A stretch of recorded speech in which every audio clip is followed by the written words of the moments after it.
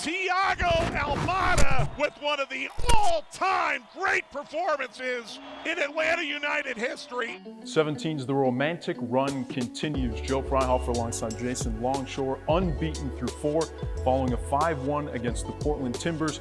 This is your AT&T countdown to kickoff. So Jason, honestly, I really don't know where to start in this one, but I guess we can kick things off with Thiago Almada. His fantastic run for this season continues to impress, and we could certainly expect that his name is climbing up on those MVP ballots. Yet again, 2 goals, one of which was not a goal. It was a golazo from distance on a free kick.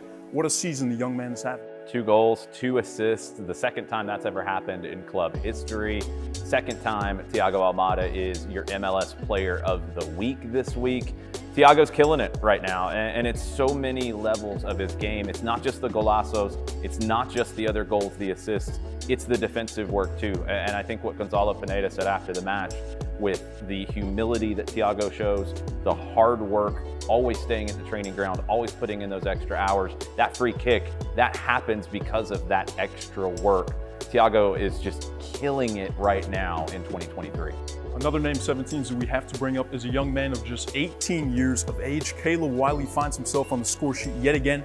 That's 3 for him in his previous 2 matches. He's finding himself in some comfortable form as of late. Yeah, Caleb's producing in the final third right now, and that was always the missing element from his game. And again, it is a complete performance from Caleb, because he does have to defend high up the field, but also drop back occasionally.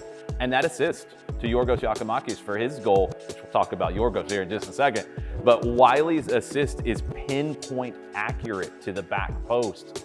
Caleb Wiley, another MLS Team of the Week appearance. And we mentioned that there just briefly, but the Greek Freak finally finds himself on the score sheet after having 2 goals called back so far this season. He finds himself with a brilliant header, and for me, it comes from some of the best bit of play of that entire night. Yeah, the team play is huge, with the big switch from Almada, the big switch from Araujo, and then Wiley taking the space and finding Yorgos on the back post. I don't know if we can claim Greek Freak. We might get in trouble with that one. We're gonna try, we're gonna see where it goes. I'm sure Yorgos is gonna end up with a ton of other nicknames. So there will be some characters of our Five Stripes cast who will be missing for this upcoming match against the Columbus Crew, 7 of them in total.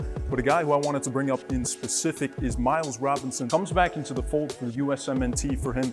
Gotta be a boost of confidence to be back inside of that locker room, and we'll miss his presence this Saturday. Yeah, it's gonna be an interesting one with Gonzalo Pineda's lineup decisions this week, with so many players out, and Miles Robinson is a huge one at the heart of the back line. But Miles has worked so hard to get back to this point. His hard work has propelled him back to this. The only Major League Soccer player called up for the U.S. men's national team. Now the focus faces north as we get ready to take on the Columbus Crew, and this is also a side who will be missing a couple of players due to international duty as well. This side coming off of a 2-1 loss in Harrison against New York Red Bull. What can we expect in this one? Yeah, questions for Wilfred Nancy as well with the Columbus Crew. They're missing their goalkeeper, Aloy Room. They're missing their center back, Deganek, to Australia, and they're missing their talisman, Lucas Zelarayán, who will be with the Armenian national team. So that's the spine of the team. Cucho Hernández missed the game at Red Bull Arena. Is he going to be back this week? We don't know yet. So that's another player in the spine.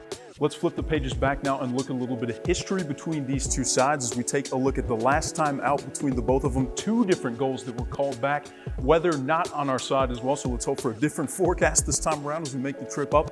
What can we expect as we look back between these 2? If we look back at the history, probably bad weather, because it feels like every time we're in Columbus, there is rain, there are storms, kickoffs get delayed, maybe games should be stopped, flashing back to 2019, all kinds of chaos when it comes to Columbus. But the thing is, Atlanta United has had great success in Columbus.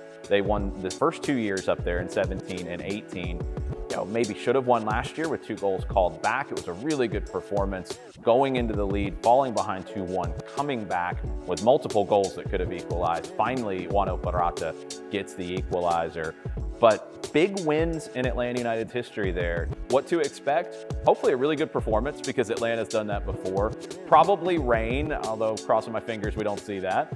and probably a little bit of chaos because Atlanta and Columbus have always brought that. Now 17s, there's a couple of different ways that you can catch this match. On TV, it will be through MLS Season Pass. For Spanish radio, you can catch it on La Mejor. And Jason, I know you'll be on the airwaves as well. We'll be on Star 94 this week as well, and you can listen on the Odyssey app, you can listen on the Atlanta United app. Five Stripes Countdown starts at 7 o'clock. Kickoff will be 7:39, and we'll have an abbreviated full-time report because we got to catch a plane to get back to the A. This has been your AT&T Countdown to Kickoff. I'm Joe Fryhofer. That's Jason Longshore. We'll see you guys in Columbus, Ohio this Saturday for this matchup before we get ready to welcome New York Red Bull inside the Benz next week.